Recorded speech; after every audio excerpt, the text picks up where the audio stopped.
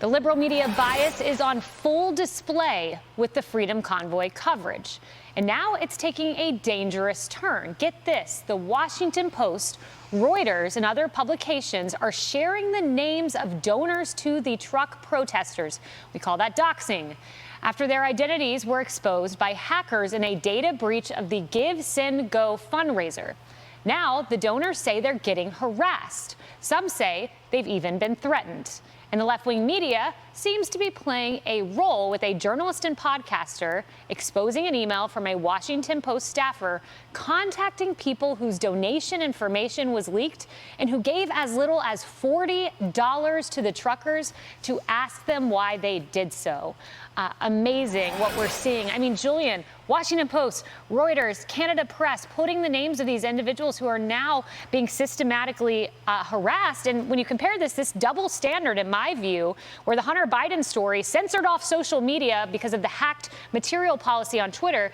Now, they've changed their rules now about hacked material, but nevertheless, I mean, these stories seem to fall in that category and they're just shared widely. Kayleigh, I'm not going to comment on other outlets' editorial decisions about what information they share and don't. Those are their policies. I will say, though, that the major problem here is with the Trudeau government in Canada, who has taken this authoritarian approach from day one. Protesters have had their names and information leaked to the public, as you mentioned. They've effectively been doxxed. They are having their bank accounts now frozen. Trudeau is threatening. We might actually see some arrests today on site there. All of this to say they have really doubled down since day one on this approach to these protesters where they punish them. Rather than focusing on the traditional ways that you might manage and deal with protesters, which is negotiation, some degree of compromise, discussion, they are going all in on punishment. That is at the crux of this problem. How the media wants to cover it, you know, that's an entirely different story. We've done a really fair job on this network, I might add, of covering what's actually happening on the ground as opposed to just what the Prime Minister is saying, which is that these people are racist and white supremacists and now, as of yesterday, Nazi sympathizers. Yeah, it's amazing what we heard. You mentioned Justin Trudeau, in my view, a total elitist. Here's what he had to say to a member of parliament, conservative member of parliament, a young woman who happens to be Jewish. Here's what Trudeau said. Mr. Speaker, Conservative Party members can stand with people who wave swastikas. They can stand with people who wave the Confederate flag. We will choose to stand with Canadians who deserve to be able to get to their jobs, who be able to get their lives back. Wow, Richard, why demonize these protesters instead of meeting with them? Well, listen, I do think that Justin Trudeau should meet with these protesters, and I think these protesters should come up with very clear demands on what it's going to take for them to open up the trade lines, right? Because I think that's the larger underlying story here. You have a group of truckers who do not want to abide by Canada's vaccine mandate, even though 80% of truckers are vaccinated in the country. And as Doesn't a mean they result support of that, mandates, though. Wait a minute.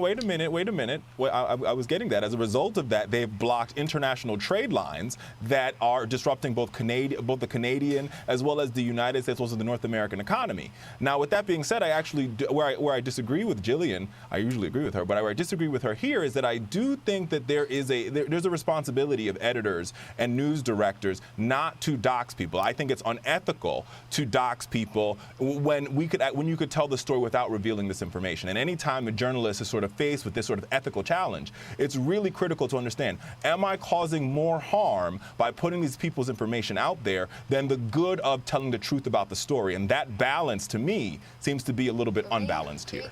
Richard, I think you're exactly right, and I want to give credit where credit's due. I don't often praise Ilhan Omar. I disagree with her vehemently on a lot of things, but I've got to give her credit for what she tweeted, standing up against what some of these editors are doing. She said, I fail to see why any journalist felt the need to report on a shop owner making an insignificant donation rather than to get them harassed. It's unconscionable, and journalists need to do better. Cheryl, they do need to do better. I mean, this woman owned a shop and donates $250, and then she gets threatened to have bricks thrown through her windows because she's doxxed by journalist. And this is why social media companies like Twitter and Facebook and Instagram have had to really review their policies over the last years about information that is shared. And look, a hack is a hack, and that's how all this information was out there. There's not much that any government out there can do when it comes to the hacking of social media issues. I mean, Julian Assange and WikiLeaks, I mean, we talked about this for decades. It's not going anywhere. At the same time, what troubles me about all of this is what the Canadian government is doing on the financial side. They're now threatening to freeze the accounts. Freeze the accounts of the truckers, freeze the accounts of those that have donated to the truckers.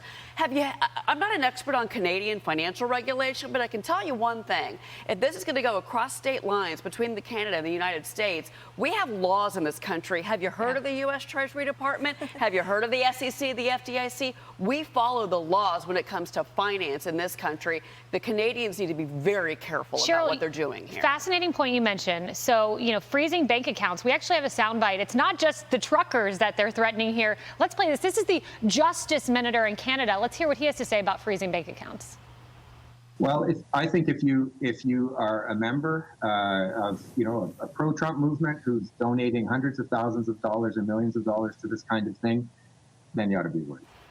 So it's pro-Trump. Pro-Trump? That's what we're talking about? What is he even saying right there? Right. I mean, I'm sorry, but I guess anybody can run for public office in Canada. Sorry, Canadians. I love you very much. It's a beautiful country, but my God. No, I mean, they're absolutely wrong. And I'm sure that someone in his office, probably a lawyer, Emily, probably pointed out the fact that, no, we cannot do this. Royal Bank of Canada, huge operations in the United States. You might want to dial back the rhetoric there. I'm sorry. Speaking of our resident attorney, Emily Campagno, the Give-Send-Go founder, Jacob Wells, spoke to Fox News Digital, and he said, why haven't I been contacted by the FBI yet? Isn't that their job to come and contact me when a big hack happens of my company? Yeah, he's calling for an investigation by the DOJ and the FBI. And I just want to sort of illustrate some X's and O's here for viewers. So when the definition of doxing, like we talk about, it includes licit and illicit methods of gathering that information. And legally here in the United States, there's only certain people that are sort of protected from having their personal information published online. That's the sad reality about a lot of this, right? And generally, when people get prosecuted for it, it's for ancillary things like menace stalking or harassment, things that sort of fall under the wake of being doxed. But here's an exception. When you're a government employee, so for example, the DOJ did investigate, prosecute, and incarcerate a guy that doxed 5 senators with their home addresses on Wikipedia literally instantly. But that same protection isn't really afforded average Americans. It's really, frankly, difficult. And how do you qualify? How do you quantify something like, well, I've been threatened with bricks. Bricks have come through my window. Like, at what point do those damages rise enough to get those guys? And as you pointed out, it's such a complex web of investigation to begin with. And remember, bear with me on this analogy, but do you remember what took down Gawker, right, was the noteworthiness or the newsworthiness of the existence of a sex tape versus the contents. And just recently, we saw a dirty organization that published, they said they had the existence of Kristen Sinema's personal information. Do you remember that? But they didn't publish it itself because the existence was unfortunately obtained legally because of other laws I won't get into now, but they stayed away from the actual information. So when Richard brought up the ethical evaluations journalists have to go through, there is a line that you can touch. Sorry, what's that, Jillian?